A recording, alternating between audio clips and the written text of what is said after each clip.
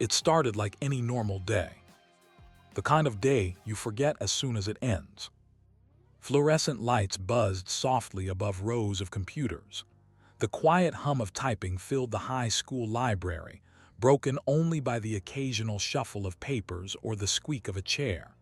It was a place meant for focus, for routine, for safety.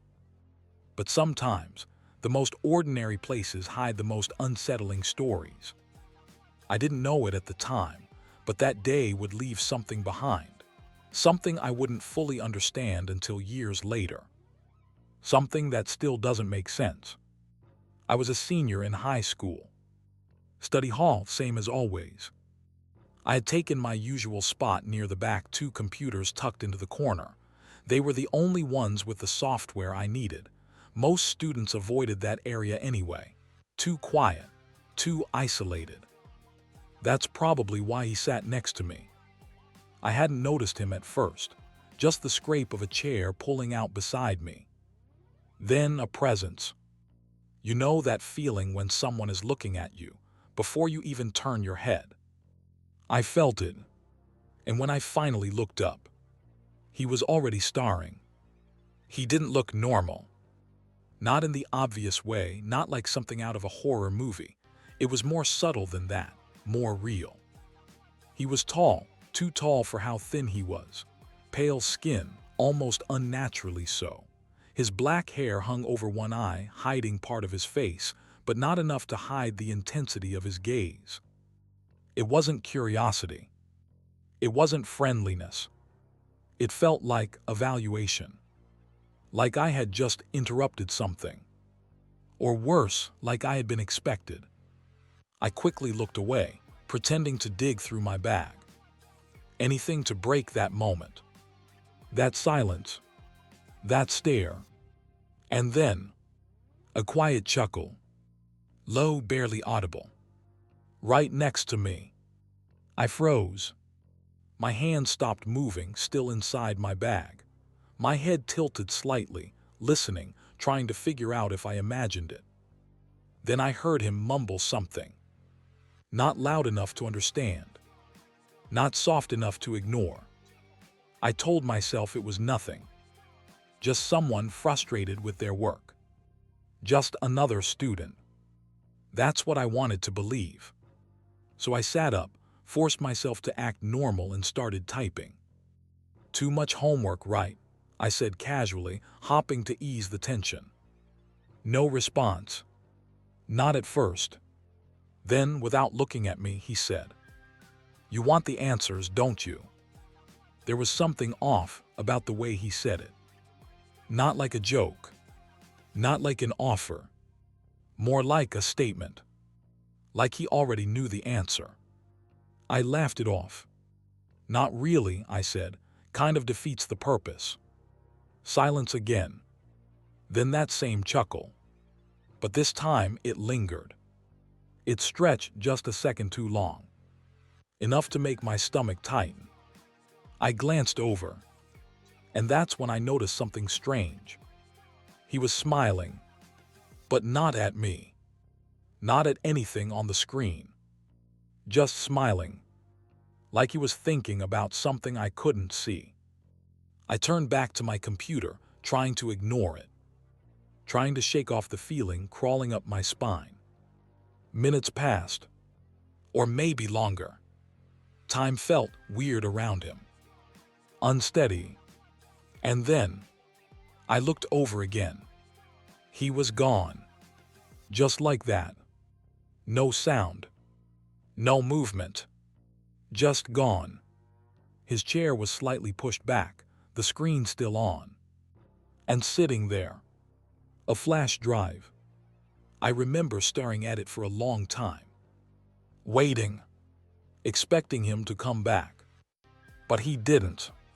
10 minutes passed. Then the bell rang.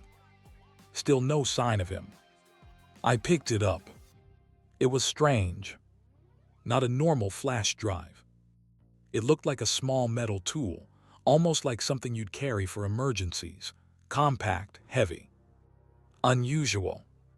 I turned it over in my hand. For a moment, I thought about leaving it. But something about it pulled me in. I told myself I'd return it the next day. That was the plan. Simple, normal, forgettable. But the next day, he wasn't there. At first, no one noticed. He wasn't exactly social.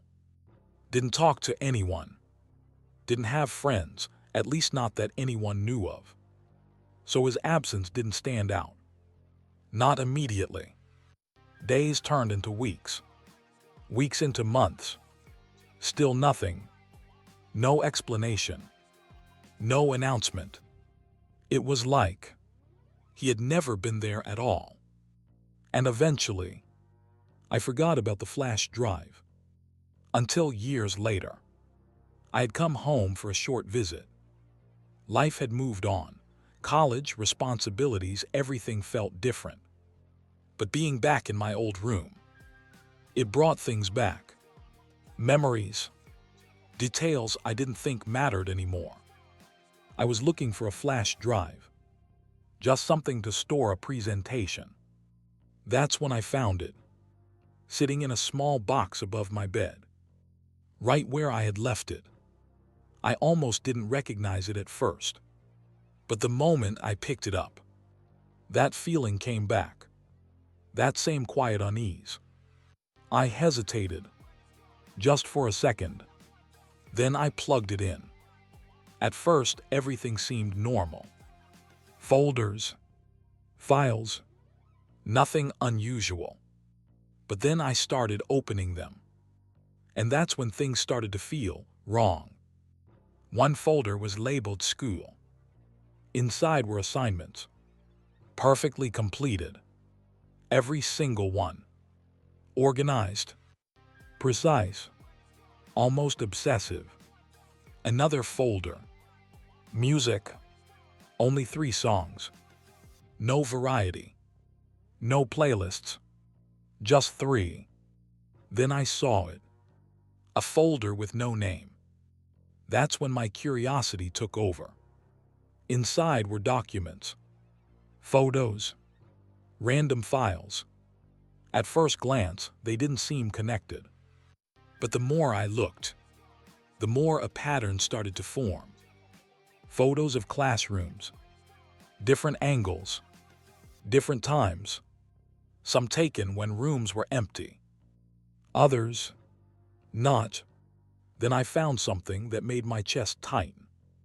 A photo of me, sitting in class, reading, taken from a distance, from an angle that didn't make sense, because he wasn't even in that class.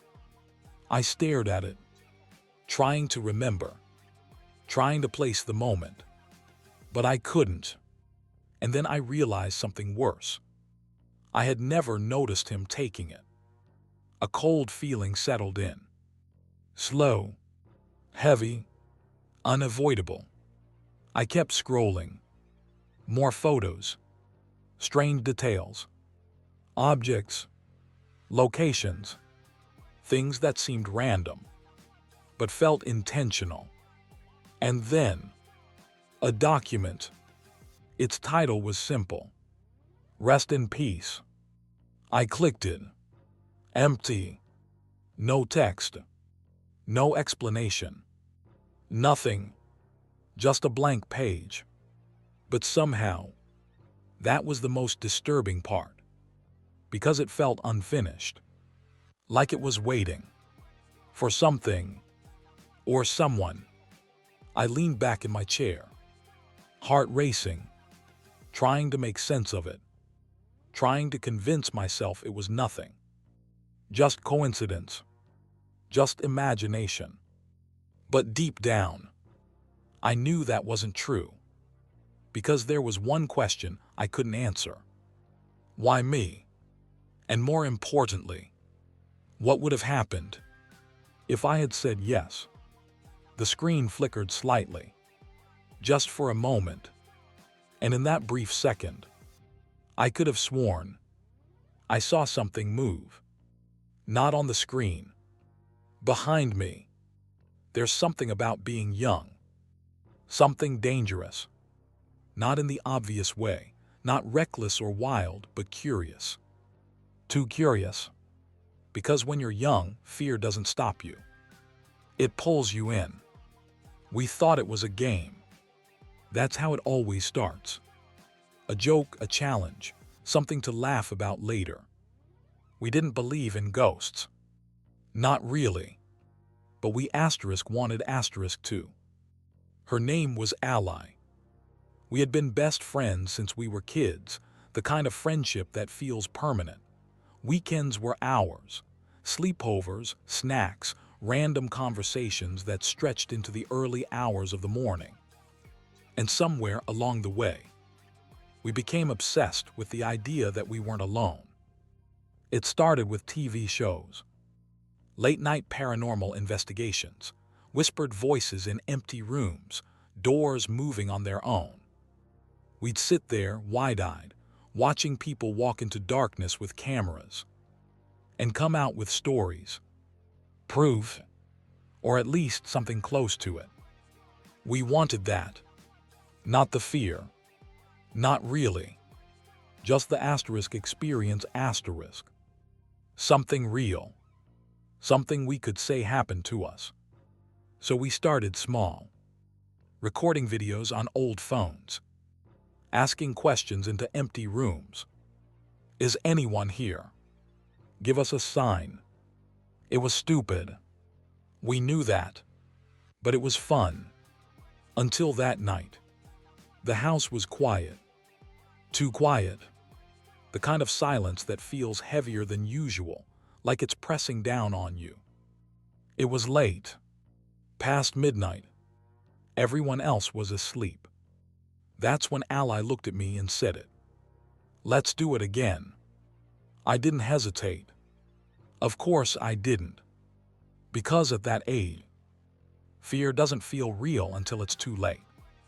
We grabbed what we needed. A phone to record video. Another to capture audio. Like the shows we had watched. Trying to make it feel official. Trying to make it asterisk real asterisk. But there was one place we had never tried. The basement. Even during the day. No one liked going down there. It wasn't just old. It felt wrong. The stairs creaked under our weight as we made our way down. Each step louder than the last. The air changed the moment we reached the bottom. Colder. Still. Like the space itself was holding its breath. There were 3 rooms. The main storage area. A smaller laundry space.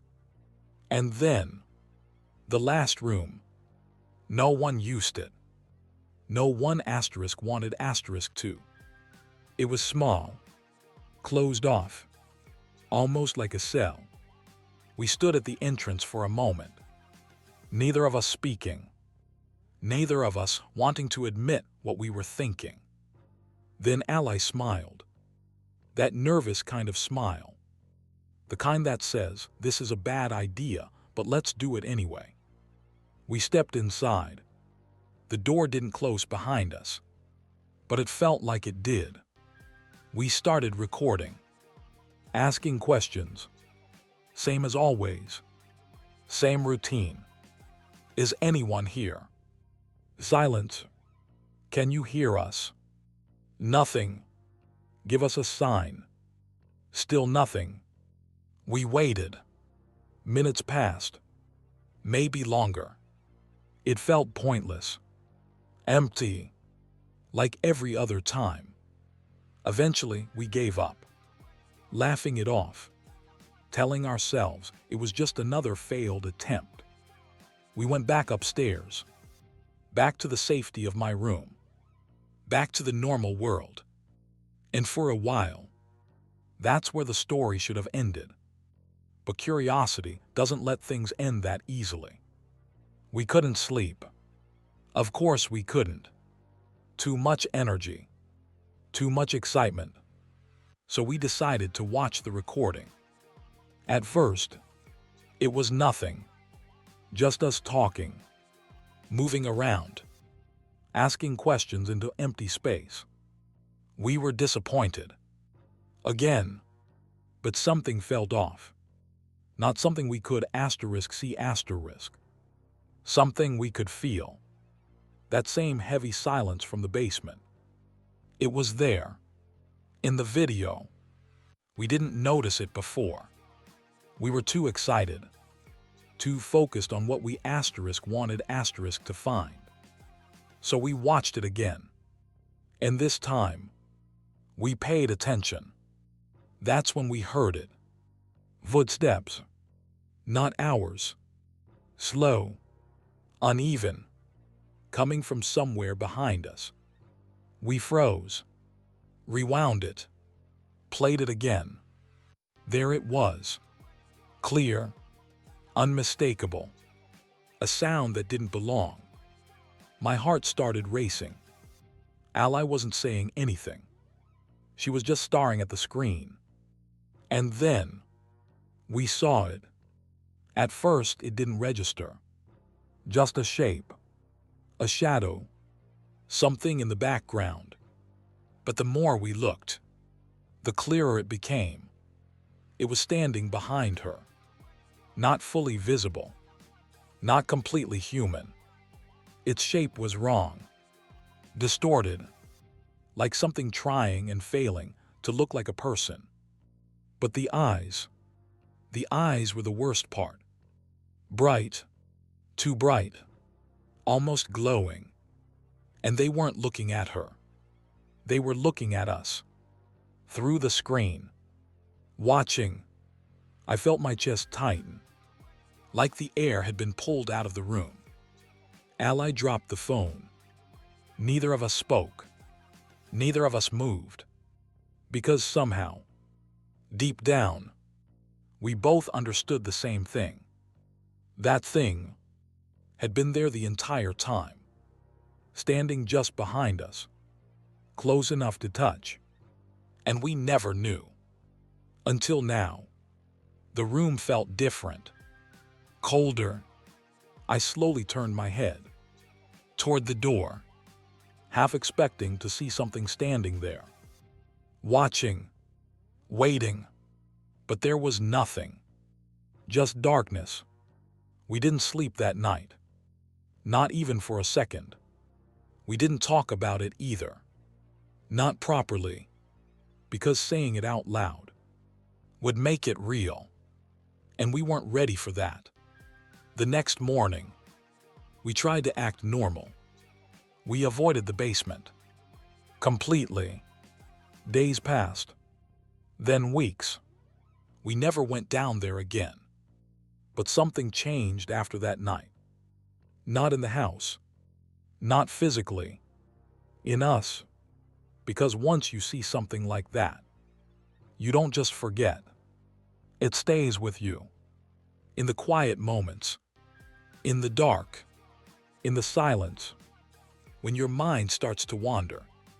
Sometimes, I still think about it. Not what we saw, but what we didn't see. Because if it could stand that close, without us noticing, then how many times had it been there before? And one thought still haunts me to this day. What if it followed us upstairs? There's a different kind of fear. The kind that doesn't feel supernatural.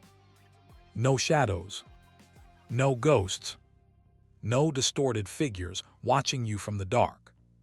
Just a person. A real one.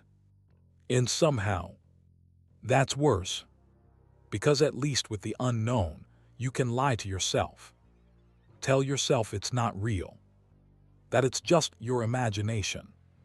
But when it's another human being, there's no escaping that truth. This happened on a day that was supposed to feel normal. Even exciting. It was Halloween. The kind of day where people pretend to be monsters. Dress up. Laugh. Celebrate. But sometimes, the real monsters don't need costumes. His name was Max. A senior in high school. Strong, athletic, focused. The kind of guy who had a plan. He had recently enlisted in the military, which meant discipline, routine, responsibility. And that day, all he wanted to do was go for a run. Simple, normal, safe. He pulled into the parking lot just before sunset. The sky painted in shades of orange and fading blue. The kind of quiet evening that feels peaceful. At first, everything seemed fine, until he noticed the car, an old silver sedan, parked a few spaces away, engine running, and inside, a man. At first, it didn't seem like anything unusual. People sit in their cars all the time, scrolling their phones, waiting, thinking. But this was different. The man wasn't looking at a phone.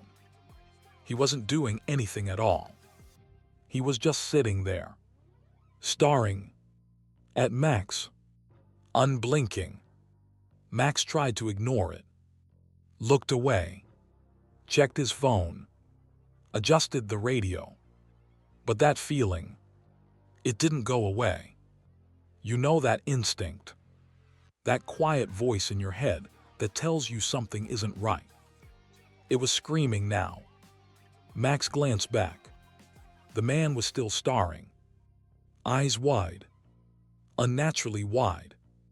Not curious, not confused, hungry. That's the only way to describe it.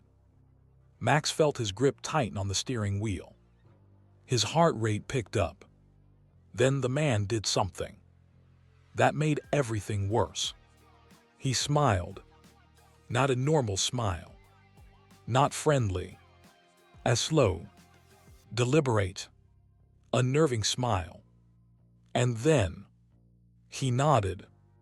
Like he knew him. Like he recognized him. Like this wasn't random at all. That was enough. Max started the car, pulled out of the lot. But something told him it wasn't over. And he was right. He checked the rearview mirror. The silver car was following him. At first, it kept its distance. Not too close, not too far, just enough to stay in sight. Max's chest tightened. He pressed the gas, turned onto another road. The car followed, turned again, faster now, still there. Panic started to creep in. This wasn't coincidence. This was intentional. Max's mind raced, thinking, planning. Then he had an idea. He sped toward the school parking lot. A familiar place. Public. Safe. He pulled in quickly. Turned sharply. Parked. The silver car didn't follow. It drove past. Gone. For a moment, everything felt okay again. Max exhaled, hands shaking slightly. Maybe it was nothing. Maybe he was overreacting. But then his phone buzzed. A message from his friend. "I'm here." Max froze, because that meant he had to go back. Back to the park. Back to where it started. He hesitated, but he couldn't just leave his friend there. So he drove back. Slower this time. More aware. More cautious. As he pulled into the lot, his stomach dropped. The silver car was already there. Parked. Waiting. Like it never left. And inside, the man was still there. Still staring. Max felt a chill run down his spine. He signaled his friend, told him to follow. They left together. 2 cars, 2 people, strength in numbers. Or so they thought. They found another area. more isolated, got out, started walking toward the trail, trying to act normal, trying to convince themselves everything was fine. But something felt wrong. Too quiet, too empty. And then they saw it. The silver car, moving slowly through the parking lot, circling, looking, searching. For them, Max's heart started pounding. This wasn't random. This was a hunt. They moved quickly, back up the hill, staying low, watching, waiting. The car passed again, slower this time, then stopped. For a moment, everything went still. Then, it drove away. Gone, or so it seemed. They waited. Minutes passed. No sign of it. Maybe it was over. Maybe they were safe. So they went back to the trail, back into the woods. And that's when Max did something he still thinks about to this day. He picked up a rock, not out of anger, not out of confidence, out of fear, because deep down, he knew something. If that man came back, it wouldn't be a coincidence. It would be a decision, and not a good one. The trees closed in around them, the path narrowing, the light fading. Every sound felt louder, every movement sharper. And then, a branch snapped. Behind them, Max turned slowly, heart racing, ready, but there was nothing there. Just trees, just silence. But that feeling, it never left. Even now, years later, Max still thinks about that man. Not who he was, not what he wanted, but what would have happened if he hadn't trusted his instincts. Because sometimes, fear isn't weakness. It's a warning. And if you ignore it, you might not get a second chance. There are places in your home that don't feel like they belong. Not because they look strange, not because they're different, but because of how they make you feel. A corner that always seems darker than the rest. A hallway that feels longer at night.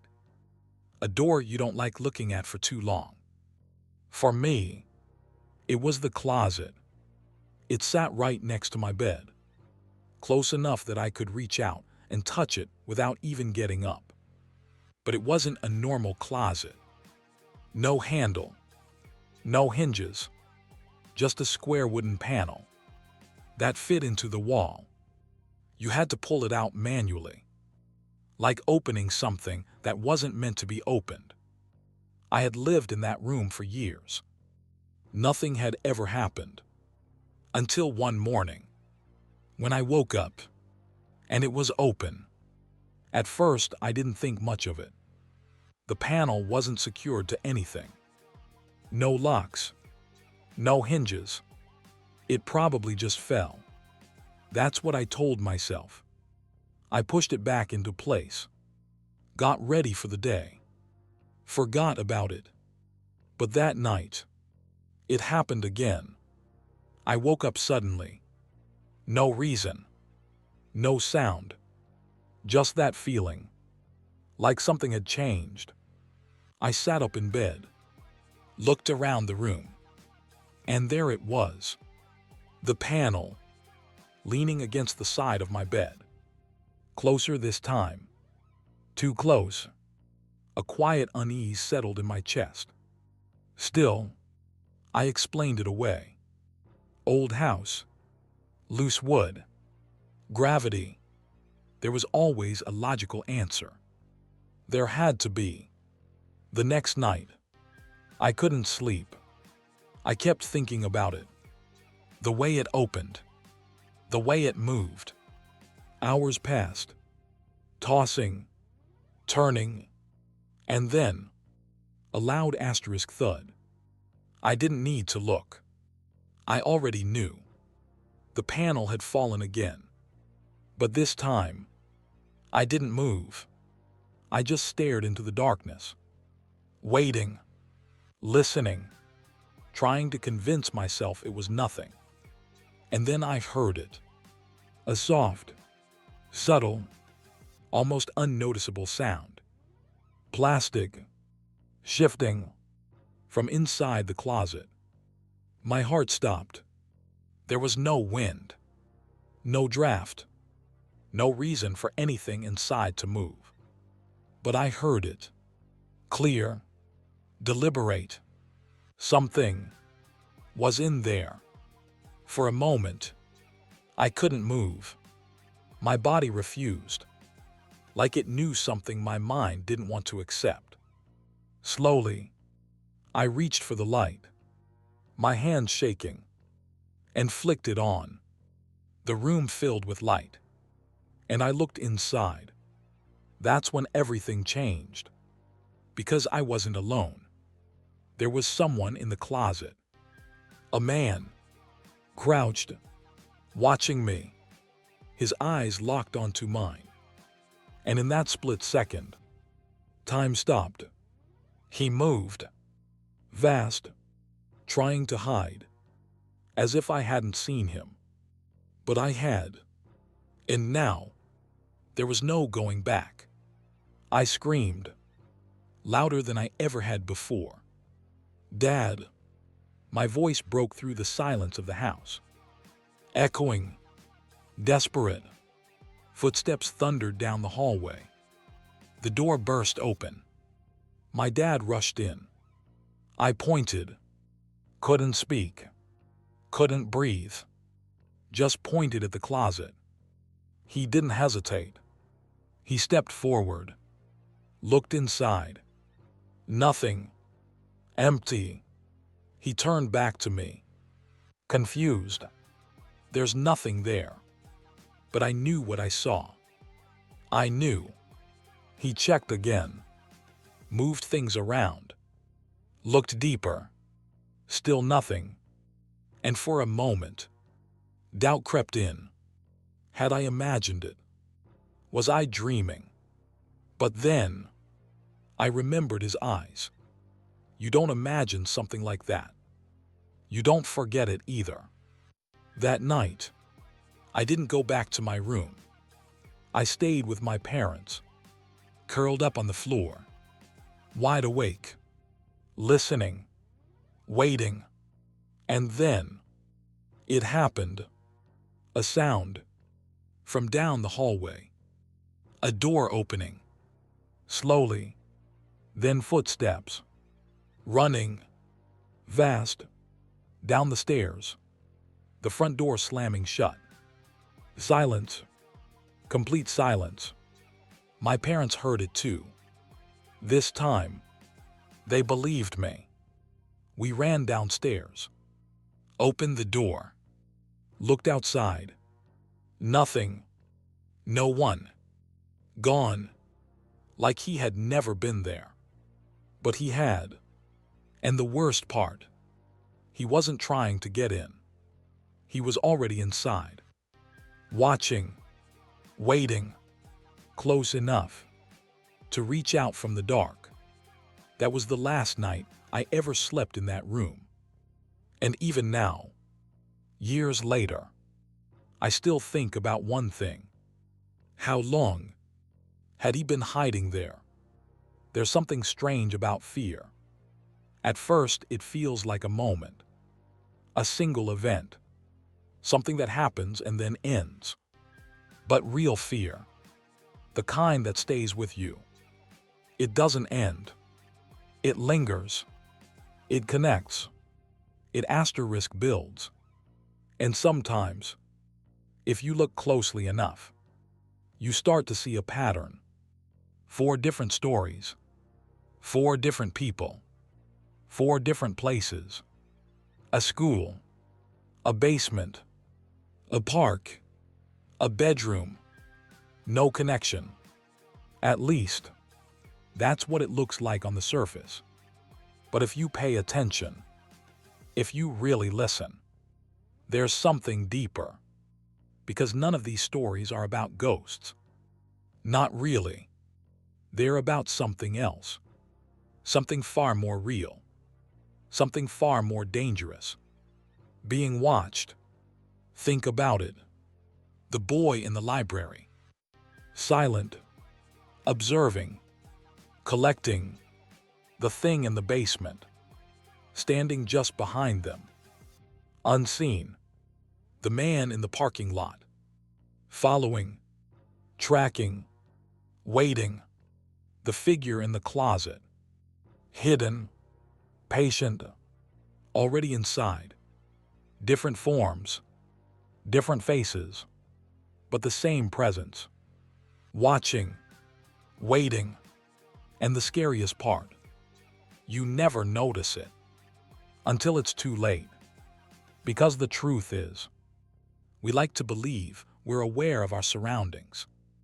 That we'd asterisk know if something was wrong. But these stories prove something else. That danger doesn't always announce itself. Sometimes, it blends in. It sits next to you in a quiet room. It stands behind you while you laugh and joke. It follows you just far enough, so you question your own instincts. It hides in the one place you feel safest. Your home. And by the time you realize it's there, it's already been there for a while. Long enough to learn. Long enough to observe. Long enough to choose. And that raises a question most people don't want to ask. How many times have you been watched without knowing? Not in a paranoid way. Not in a dramatic horror movie sense. Just realistically. Think about the small moments. The times you felt something was off, but ignored it. The times you thought you saw something, but looked away. The times your instincts told you to leave, but you stayed. What if those moments weren't random? What if they were warnings? Because every story you heard today had one thing in common. A choice. The choice to listen or ignore. The student who took the flash drive. The kids who went into the basement. The runner who noticed the car. The person who looked inside the closet. Each of them faced a moment, a small decision, that could have gone very differently. And that's what makes these stories so unsettling. Not what happened, but what almost happened. Because the truth is, you're not afraid of what you've experienced. You're afraid of what you might have experienced. If things had gone just a little differently. If the boy had stayed. If they hadn't checked the video. If the car had caught up. If the light hadn't been turned on. Small moments. Tiny decisions. Massive consequences. And that's the real horror. Not monsters. Not ghosts. But proximity. How close danger can get. Without you realizing it. How easily normal life can brush against something dark and move on like nothing happened. But something did happen. You just survived it. And maybe you didn't even know. So tonight, when you're alone, when the room is quiet, when the lights are off, ask yourself one question. Not is something out there, but something far worse. Has something been here this whole time? Silence. Because sometimes the answer isn't what scares you.